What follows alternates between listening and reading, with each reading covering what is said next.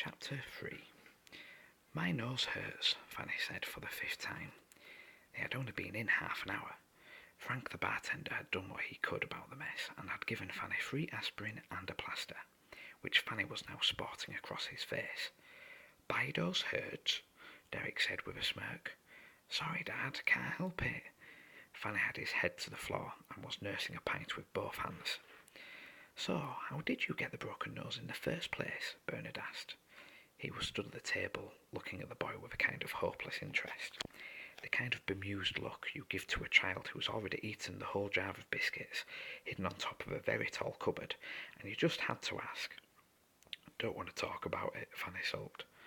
Bernard sighed. Fine, have it your way. Look, go get me another Stella, would you? Yes, Stella is available in a world of elves and dwarfs. Get me another orc ale, Derek said suddenly. It was clear he had been waiting for someone else to get up. Dad? Not your dad, Derek sighed, but Fanny ignored him. Could you possibly pay for this round? I did pay for the drink last time. Fanny looked sheepishly at Derek, as though the man might pounce at any moment for his audacity. Derek looked incredulous and was just about to do that very thing when Bernard interjected. Just give him your bloody gold, Dee. It's your round anyway, I forgot. What about your gold, Bernie? Derek asked. This was an Englishman's Friday night ritual. Males would argue until they are quite literally blue in the face that it wasn't their round. After many free pints, it would normally turn to violence, or they would simply say to their now drunk compatriots that they had bought some earlier in the night. Females adopted a much less subtle approach. They would just flutter their heavily made-up eyes or push up their bust. In some cases, they would simply flash their knickers, grin, and shout, fancy a shag, in what they thought to be a sexy voice. All this just for a free bit of booze. I'll pay next, but it's your round. Now do as the boy says and stop being a tight ass, Bernard said. Every Friday, every single bloody one. Bernard managed somehow to keep his cool by summarising it's simply an Englishman's nature to be a tight-fisted arsehole. Tell you what, Derek said, a sly smile on his face. Oh, here we go, Bernard mumbled quietly.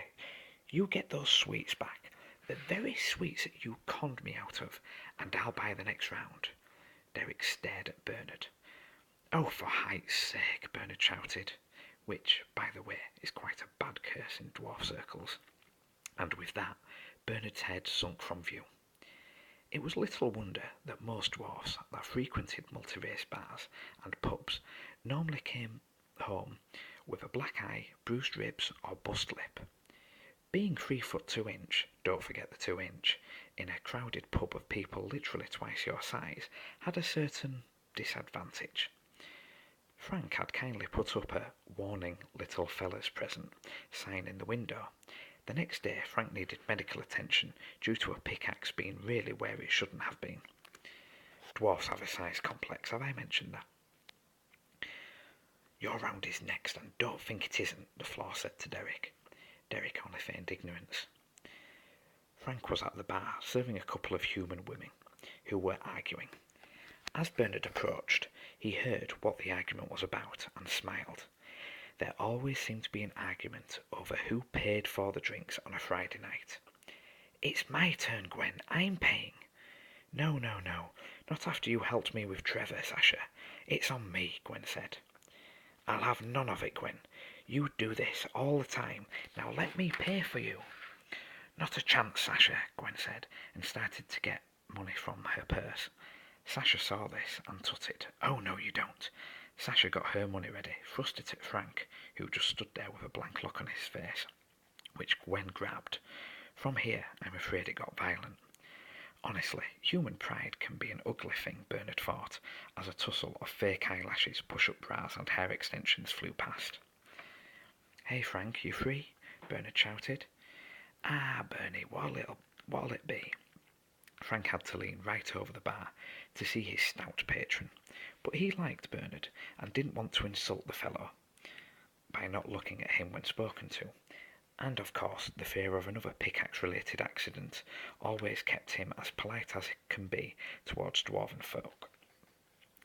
Okay, I'll have a Stella, 1 orc ale, and... Bernard then realised Fanny hadn't actually said what he wanted. And, Bernard said, waiting. His back was starting to ache. "Feck it, I'll have one of those." Bernard pointed at a thick red liquid at the back of the shelf. It was contained in a pear-shaped bottle, like an oversized science flask. Attached to this was a sign. "Lucky Dip, Mystery Shot," it said. "Ah, my latest tipple," Frank said, his usual blank stare now a face alight with excitement. "What's the Lucky Dip part on about, Frank?" "Mystery," Frank said, returning to that blank stare. Bernard laughed. "Suit yourself. Now hand me those bad boys over, will you?" The blank face turned into a nervous smile. I'll bring them over to you, Bernie. Customer service and all that." "Why you always bring the drinks over when it's me, but never for Fanny or Derek?" Bernard asked, face growing red and flushed. "Well, it's, I like dwarfs," Frank managed. Yeah, I like dwarfs. Note: I've never understood why, when someone is making a lame excuse, they repeat themselves, as if repeating what you've said will somehow make it less lame, but I digress. Bernard looked more embarrassed than angry now, and told Frank to bring them over ASAP. At the table, Fanny and Derek was discussing something. "So, do I actually have to sleep with her?" Derek said. "That's my mum you're talking about," Fanny said, smirking like a child talking about kissing. "Well, do I? It's a simple question." "No, but if you're going to be my mum's heart friend, isn't that the point?" Fanny's cheeks had turned a bright shade of pink. Of course, just curious," Derek said. A passerby could later have sworn he saw actual dollar signs glint in the Englishman's eyes. "What you two on about?" Bernard said, as he jumped onto his chair to stand with his friends. Nothing, Derek said. "Where's my drink?" "On its way." "So, Fanny." "Yes, Bernie?" Fanny asked. He was dreading this. "Tell us about how you broke your nose."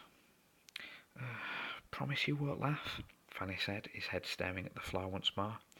"I can promise he won't laugh," Derek said. "Okay, well, as you know, my tribe don't like me." "Fanny," Bernard said. "Yes, Bernie?" "We know. Get to the bloody point." All right.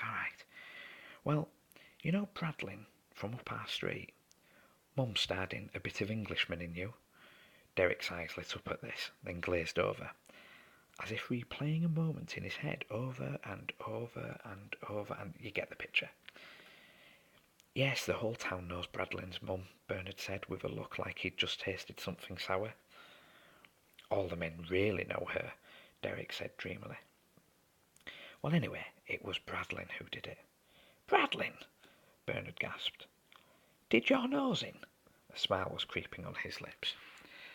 "Fanny, are you trying to tell me, to prove how hard you are, you had your nose broken by a 4-year-old? It was only supposed to graze my shins a bit," Fanny protested rather feebly.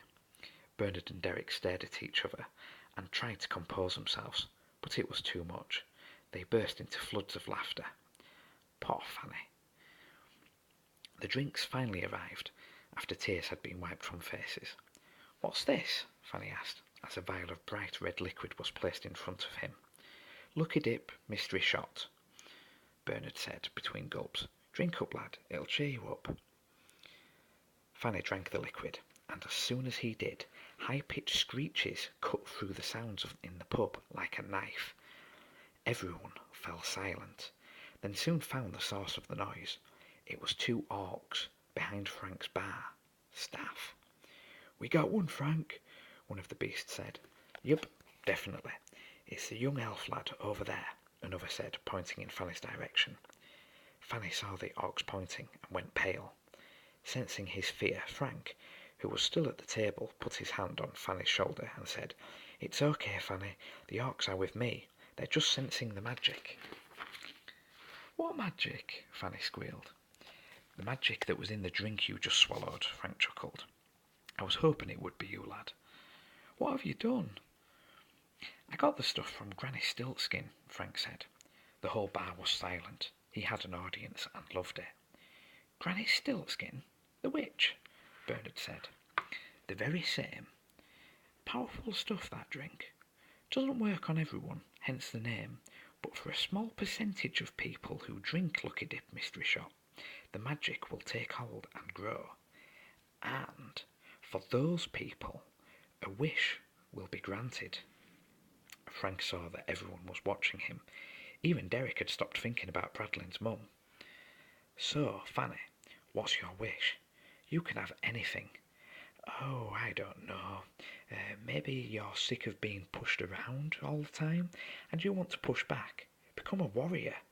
Frank winked at Fanny. Fanny was speechless. He was full of thoughts. He suddenly got a strange sensation in his ears and was given a vision of the future.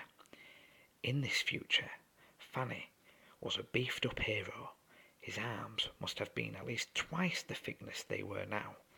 He had a sword in hand and was defeating some huge monster. And at that very moment, he simply knew that he was saving the land. No, the world. Fanny's eyes widened as the magnitude of this vision hit him hard. He really was the wimp who would save the world. All he had to do was wish for it. His life would be complete, and he would have the love and respect of his people, as he had so longed for. Fanny opened his mouth, and readied himself to utter his wish. Well, I'll be buggered, Fanny said. Poor Fanny.